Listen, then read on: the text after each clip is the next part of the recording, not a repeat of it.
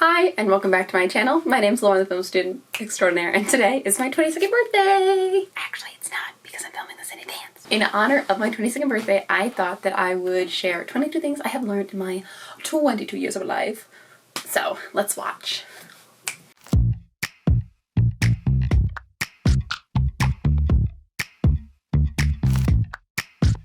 I was kissing you with my eyes open.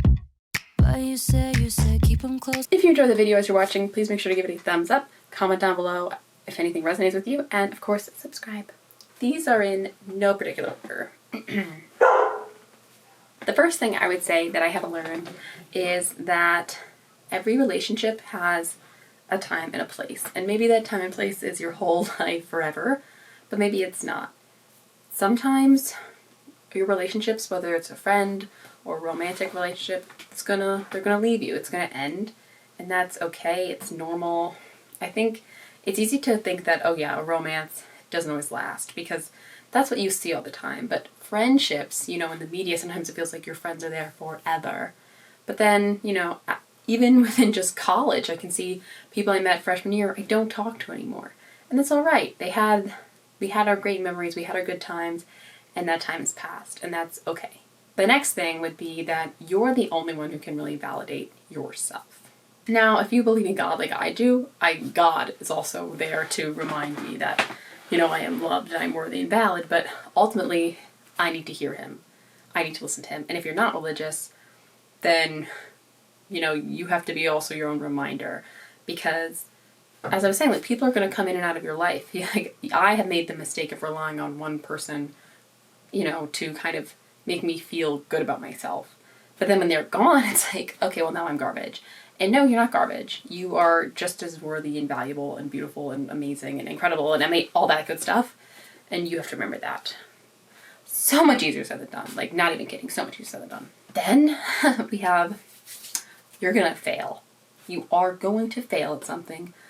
I don't really think of myself as failing at a lot of things, but I've been rejected from, in my most recent years, I've been rejected from internships. I've been rejected from film festivals. I've had people reject me, romantically. You fail at things. Things don't work out. And that's okay. It's normal. It's just how life works. The thing that matters, the thing that counts is not the failure, but how you respond to the failure.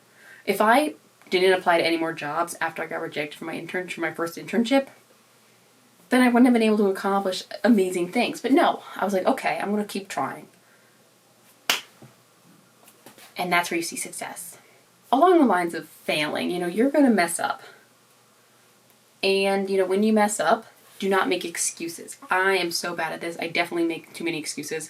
And I'm trying to remember that I just have to apologize. I just have to own up to my mistakes, own up to the fact that I hurt someone's feelings, and stop trying to explain away why it happened. Because in the long run, it almost doesn't matter. It's like, say I haven't been sleeping great and I'm snippy at my friend. I could be like, oh my God, I'm so sorry.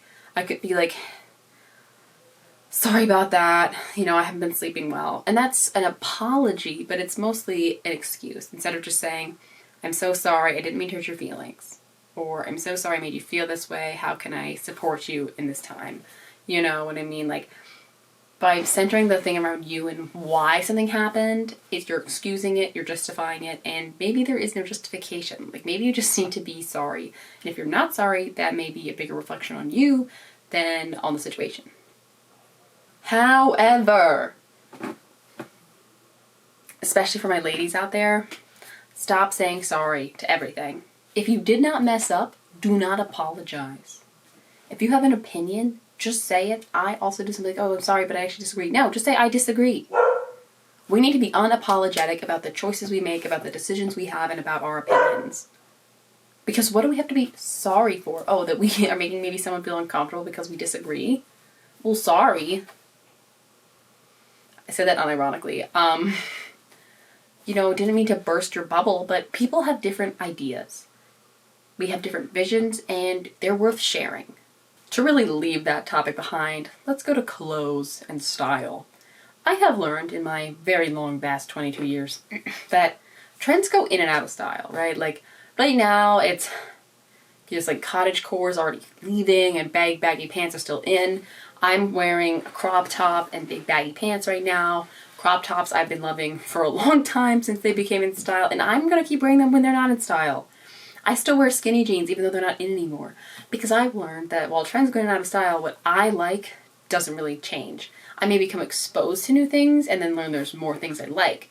But just because I suddenly like something else, like big baggy jeans, doesn't mean I suddenly hate skinny jeans. And it makes no sense to try to just keep up with fashion trends, especially as there's more and more and more of them thanks to fast fashion and social media. I've learned to just wear what I want to wear what makes me feel confident, so I can look the way I want to look. It's not about trying to impress someone else. It's about trying to make yourself feel like your best possible self, wearing an outfit that makes you feel amazing. Similarly, retail therapy, it's not it. If you have the money and the time, go to real therapy. I recommend. Been in therapy for many years now. But for real, if you want to buy something, like buy it, treat yourself. But you can't treat yourself all the time. If you have a serious issue, continuing to buy things, trying to make yourself feel better, to fill some kind of hole in your life, things are not going to fill a void. And until you actually address it for real, you're going to keep feeling worse about yourself, and you're going to have less money to buy, to buy things you may actually need, or something that may, an experience, something that might feel very fulfilling to you, because you think you need something else for that superficial, quick rush of when you buy something new and big. Now, of course, I just bought a new phone that was coming in. Did I need to buy the phone I bought because it was a little more expensive? No, I didn't need to buy it. So I was treating myself a bit.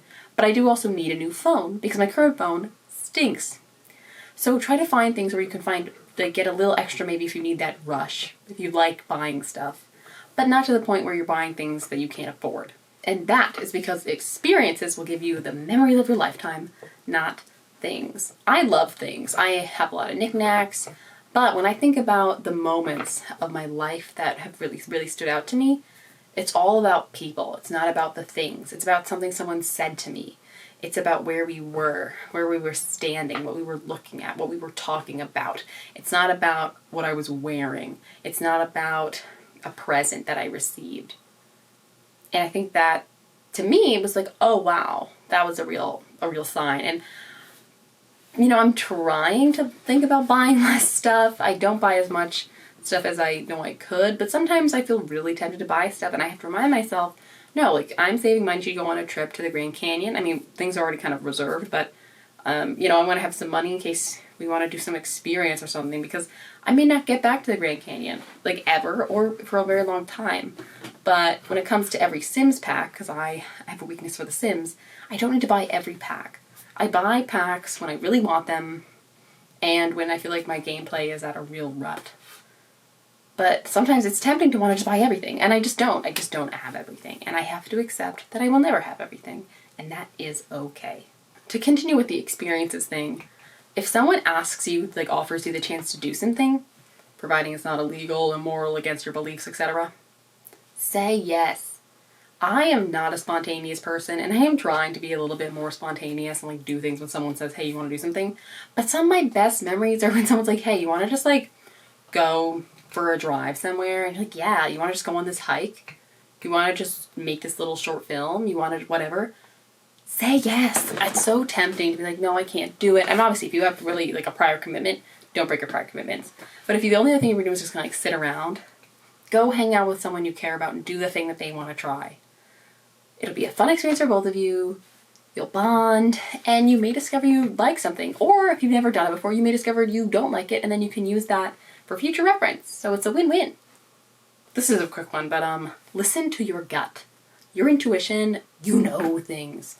Sometimes I get annoyed that I think about how certain animals have a way of knowing things are going to be colder or if a storm's coming. And then I remember that I also have a gut. It doesn't tell me a storm's coming, but it might tell me, hey, this person's not actually a good person. And sometimes I don't listen to it, and then I get wounded in my soul. So just remember, you know things, listen to yourself. Promise you it'll pay off. Probably could have mentioned this one earlier, but obviously I'm just going in the order that I wrote them down. But you're not going to like everyone, and not everyone is going to like you, and that's normal. It's a part of life. So don't just try to be a people pleaser and try to get everyone in your corner, because not everyone belongs there, and you don't belong in everybody's, and it's fine. You will find your people, they will find you, and it will grow and change over time, and it will be beautiful and organic. At least that's what I tell myself it'll be.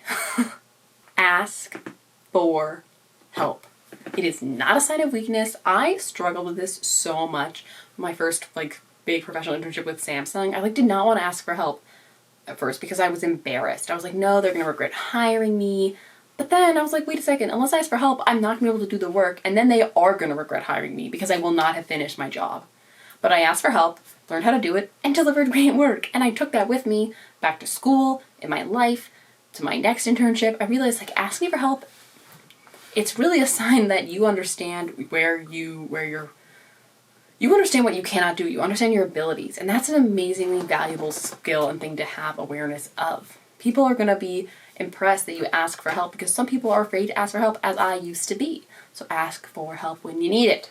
Then we have be grateful for what you have, or try to be. I sometimes am really bad at being grateful because it just feels like all these other people have things or living a life that I wish I had. Especially like with Valentine's Day, and I'm like a single Pringle, and I was like, wow, everybody's in love and I'm alone. I'll be alone forever. Anyways, but then I was, my friends and I did Galentine's, and I was like, oh my god, wait, I have all these people who love me and support me and care about me. They may not be romantic, but that doesn't mean they don't exist and that those relationships are important and meaningful. And it was just a reminder about how many wonderful things and people and relationships and moments that I do have and have been able to experience, and it was just like a boom, when something just kind of strikes you. When it comes to memories, it does not do any good to replay bad ones. Now, if you're like me and have experienced some kind of traumatic event, then you don't know necessarily how to say in that, but, I know sometimes I will think about events that weren't necessarily traumatizing to me, but I have regret them, and I remember cringy things, and it makes me feel awful. It does not make me feel happier or better in any way. It just makes me be like, oh my god, I can't believe I did that. I can't believe I said that. Will I ever be able to move past it? I can't change the past, but I can move past it by looking into the future and trying to be a better person and do and say better things, as I progress through life. In a similar vein, if you want to replay something, replay the good memories. When you're having a fun time, take a picture. I know some people say, oh, people take too many pictures or people have their phones out too much. Well, listen, I love social media. I love being on my phone. I love connecting with people. So use that to your advantage. When you're out with your friends, take a picture when you're having a fun time. And then I know when I'm sad, when I'm blue, I'll look through social media feeds or I'll look through my photo albums and remember good times. And it really honestly helps.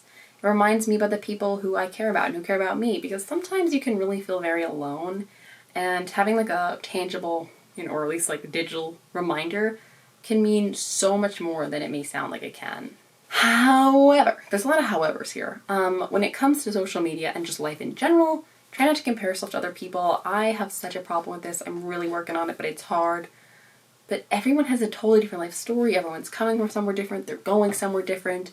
They've done this thing, not that thing. They're experiencing all sorts of things that you will never know. And not you will never know as in you're never gonna know this, haha. But just you're never gonna know, and they're never gonna know everything about you. The grass is always green on the other side, so what we need to do is water our own grass right here and make it as green as we can, with what we got. Now, the next two things might be confusing, but we got settle for more, not less. There's to never settle. And yeah, don't settle. Don't just be okay, fine, this is whatever. But if something's amazing, more than you possibly dreamed it could be, seize it. Take that opportunity. Don't pass it up because you think you don't deserve it. You think you haven't earned it. You think it belongs to somebody better. No. You deserve the world. Take it. Seize your moments. And then our next thing would be to put yourself first. Now, I say to an extent because, I also believe in putting, God as a high priority in my life. I wish I could say he's always my number one priority. I know it's not true, but I'm working on it. But, if you have family, if you have dependents, obviously you need to have them high up in your life. If not, right up there, above you. But put yourself before, your random coworker who's can you do this project so that I can have a weekend off if you already have plans? No. If you have plans, maybe with someone, do you. Let yourself have that time because you deserve it. I hope that makes sense. I know that was kind of jumbled. So this one is a little tough for me because I know this, but I don't always do it. And that is to be kind to your body and treat it the way it deserves. Sleep, eat, drink water, exercise. I struggle with sleeping. I take sleeping pills right now, and that has helped a lot, but I still often feel very tired. I struggle with eating. I do not drink enough water. I do exercise a bit now, so I'm like getting there, but it's tough. But I know these things, and I'm trying to remember that like I can't do anything that I want to do if my body is literally falling apart or breaking down. Like I won't be able to accomplish any of my dreams if if my brain can't function well enough because my body's not getting everything it needs. And then, it's okay to cry. I mean, I cry all the time. But I think some people are afraid it's like shows weakness or it's too feminine to cry. And I think that is total, like BS basically. Crying is normal when you're sad. I think expressing your emotions is a beautiful thing, and it can honestly help you feel a lot better. It can be very therapeutic, cathartic to cry. I highly recommend. I mean, don't cry all the time, every day, all the time. That's exhausting, emotionally draining, and will not help. But if you need to have a good cry, have the good cry. I have 2 more things left. The first one is that you're going to grow and change. Just like you're going to lose and gain friendships through life, you are going to lose and gain parts of yourself, and that is scary. I'm not going to say it's not scary. When I think about who I am now versus who I was a year ago versus 4 years ago versus 8 years ago, it's overwhelming and kind of like, oh my God. And then I think about who am I going to be when I'm 30? Who am I going to be when I'm 50? Like, who am I going to be? And that can be really scary, but it's also exciting. It's like I have all this potential to become somebody. And I already am somebody now, but like become somebody new or to become somebody more. And not more as in like better, more prestige, but just like a deeper version of me. I hope that makes sense. I don't mean it as a negative thing. Like I don't mean that like right now I'm somebody less. I am amazing right now. I'm gonna be even more amazing, / the same amount of amazing, but in a different way in the future. And then the last thing that I've learned that I'm really trying to take to heart is that there is so much time left. For a long time, I felt like my life was going to end when I graduated college because all I felt I was for a long time was a student, with the emphasis on, getting good grades, so then you can go to a good college when you're in high school, and then you're going to get a good job. But the job was always like an afterthought. Like the main thing was the college. And even in middle school, you're working hard to get into the higher level classes in high school. And now that I'm about to graduate college, I realized like, oh my goodness, I have the rest of my life to make movies, to tell stories. And when you read about certain directors or filmmakers, for me, my field, who don't like make movies or really get into it until their 40s or 50s, it's like, I have so much time. Now, am I going to still be panicking? Yeah, totally. Because just because you learn something doesn't mean it's always going to be right in the forefront of your head. But the point is that once it's there, it can come back. And I really hope that I remember this because I'm going to need it for sure. And that wraps up this video. I hope it was semi-interesting. I wonder what you've learned throughout your life so far. If anything I said struck a chord with you, rung some bells, let me know. Remember, if you like this video, please give it a thumbs up, comment down below, and don't forget to subscribe and hit the bell, and I will see you next time. Bye.